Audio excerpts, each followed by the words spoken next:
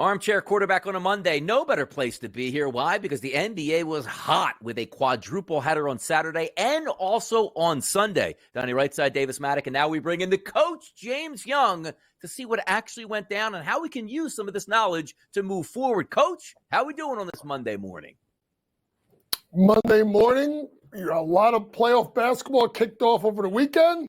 All the home teams held serve. Let's see if we can get a couple of upsets here starting tonight.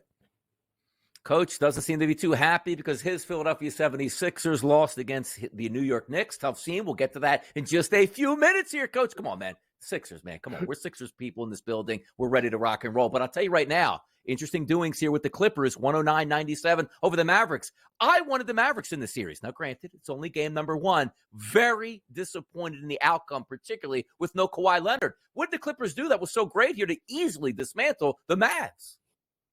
Well, first things first, on the other side, Dallas was awful. I mean, Dallas looked like they weren't ready to play. It could be one of those situations where maybe they thought with no Kawhi they were going to roll. They just weren't. They just got jumped early, in my opinion, obviously, and then the second quarter being outscored 22-8. But when you look on the flip side, it was really the three-headed monster of Paul George, James Harden, and Ivica Zubac?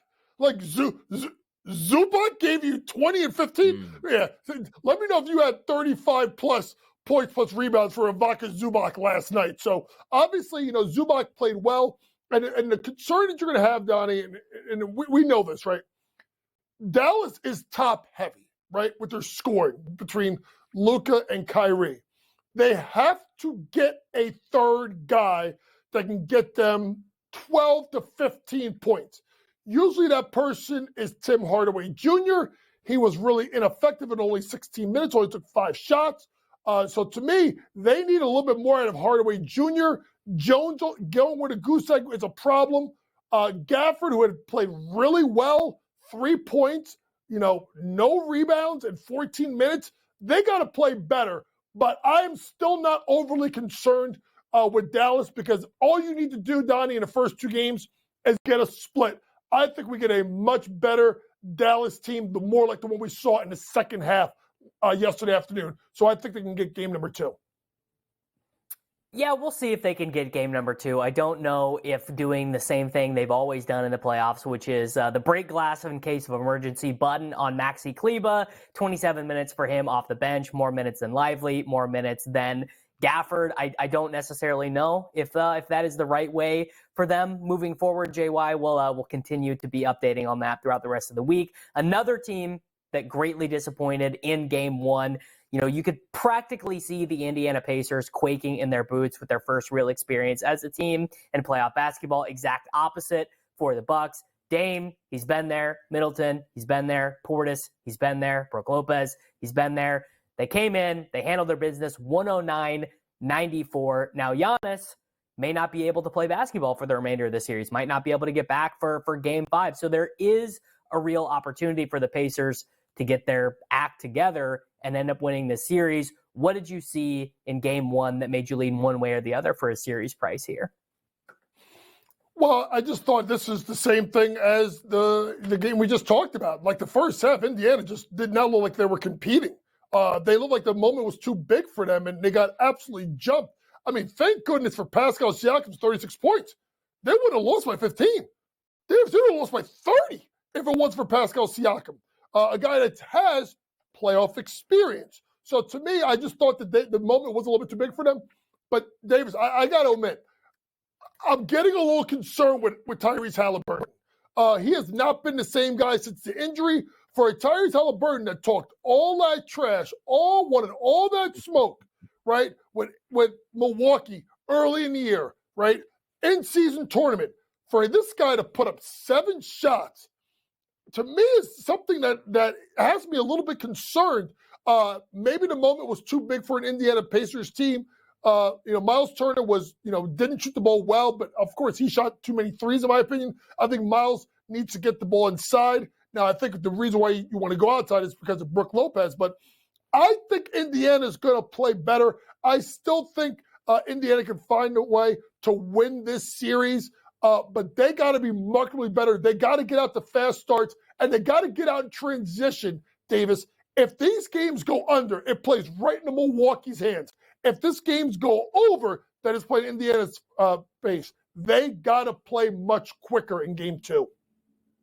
Dame got out hot there in the first half, 35 points, which included 6 3-point shots made. But you're right about that, Coach. Tyrese Halliburton really has to step up and also pressure off a little bit on Milwaukee. You can rest Giannis without rushing him back. One of those where Jimmy Butler probably not going to have to be rushed back at all. The Celtics pound the Heat 114-94 in game number 1, which saw the Heat giving a 3-point shot after 3-point shot after 3-point shot. Is this series already over, Coach? Is it just a matter of will we see a game number 5? I think you will see a game number 5 because I just think Miami's too much of a prideful bunch. It was interesting because when the lead was 30-some-odd points at the end of 3, I thought Spo was going to sit all of his guys and just literally take a 50-point, kicking and use that for motivation. But he went the other way. He played his starters because he wanted to have them coming off the floor feeling better about themselves. Hero played better in the fourth quarter. I know he still shot 4 of 13. Hawkins was good. Bam was good. Jovic, you have to give him a little bit of experience. To me, though, you got to stop the 3-point shot. It didn't matter who it was. And it wasn't even Tatum. It was Porzingis. It was Holiday. It was White. It was Brown. It was Hauser. I mean, think about this. They went 22 for 49 from 3, right? 7 of those misses were Tatum's. So if you take Tatum out of that, they shot 21 out of 41 from 3. That is a problem. It will be addressed by Miami. They will defend the 3 much better in game number 2. Coach, quickly on this topic here. Mavericks and Pacers, both down 0-1 on the road here. More confidence in who can win the series right now, Mavs or Pacers? Mavs, because I just think at the end of the day, Luka and Kyrie will score. They'll get a third score, probably Hardaway Jr., but Gafford and Washington got to play better defensively. Nobody wants to go down 0-2 in a series. An NBA triple header tonight on a Monday. You know who's going to break it down with us? It's right here. It's Coach James Young. The best in the business, people. Come on back with us. Let's see who he has in this triple header. NBA playoff triple header. Let's hit it right now. Look, I'm looking forward to tonight. I'm a Philadelphia 76ers fan. The coach here is a New York Knicks fan. It's Donnie Davis and the coach, and we got 3 games to preview. But let's start here with the nightcap tonight. The Los Angeles Lakers dropped game 1 to the Nuggets, and quite frankly, seemingly can't beat the Nuggets in at least a full calendar year. The numbers tonight, -7 is a favorite towards the Nuggets, similar to game number 1. 223.5 is a total. Coach, tonight, is it just so much more Denver? They move on with 2-0? Or can the Lakers say, forget that elevation? We're going back to Crypto.com with a 1-1 series tie. Going back to and I think what you have here is let's be honest. My big concern with the Lakers, I know this sounds crazy, is Anthony Davis gives you a great playoff game, and then he gives you a stinker. Well, he just gave you a 32-point playoff game in game number 1. So what am I saying? Oh, Lord, here comes the stinker. But the key with this series is this. LA is going to try to get off to quick starts and play with the lead. The problem is with their age, and let's be honest, with their lack of offensive firepower, particularly with D'Angelo Russell, who turns into a pumpkin as soon as the playoffs start, is you got to play this game live. I talked about this over the weekend with betting above the rim with Joe Ranieri. I took the Nuggets in the second half pregame -3.5.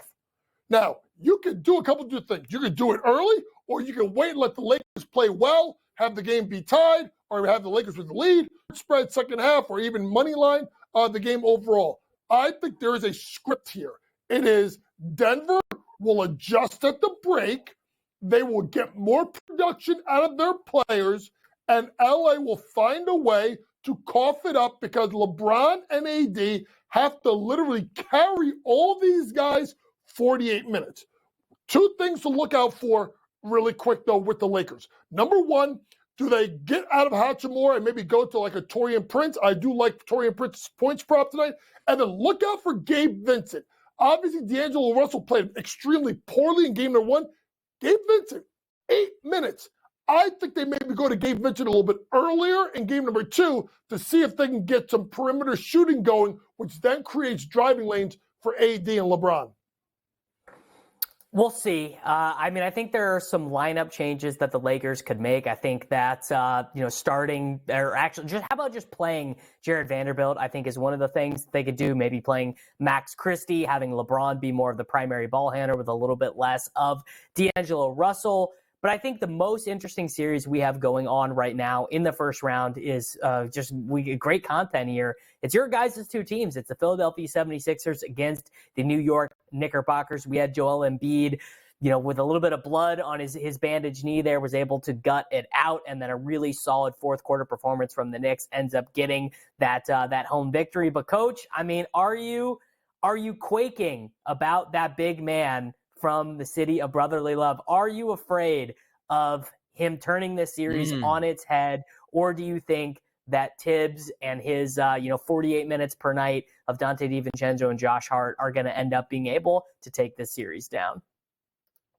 Well, listen, anytime you have one of the best players, if not the best player in the world in Joel Embiid, you got to be quaking your boots, Davis. But to me, I need to see where Embiid plays, meaning, is he going to go to the perimeter like he did in the fourth quarter and more in the second half when he's being guarded by someone like Mitchell Robinson, or does he go inside into the low block? That's what I want to see, because Embiid got going early in the low block. Fourth quarter, he looked like he kind of fizzled out, went to the perimeter. Now, listen, I think Brunson's going to play markedly better. But you look at the other side, you can get better contributions from other players from the Philadelphia 76ers. Let's start with a guy that seems to disappear every postseason, and that's Tobias Harris. He must be much better in this game. Maybe get a little bit more protection also from a guy like Nicholas Batum, who has playoff experience. Coach, quickly hit on the the Magic and the Cavaliers tonight. Still the edge? You would look at a 2-0 series leader. Can the Magic send it 1-1 back to Orlando? I think the Magic can send it back 1-1 to Orlando. Listen, you're not going to have Evan Mobley hit 2 threes in the first 4 minutes. You're not going to have Donovan Mitchell hit threes that shoot from outside that come from the sky to drop in. You'll get a better performance as long as Jalen Suggs realizes that taking 16 shots is about 6 or 7 too many. Pass the ball, Jalen. Less shots. What a great time to be alive. A triple header tonight in the NBA. The coach is going to sit back there at that Knicks and Sixers game and be loving life as he takes a fadeaway into the break. Thank you, Coach James Young, for breaking these games down with us. Hour number 3 coming up next. Fade the public poll. You guessed it. We'll be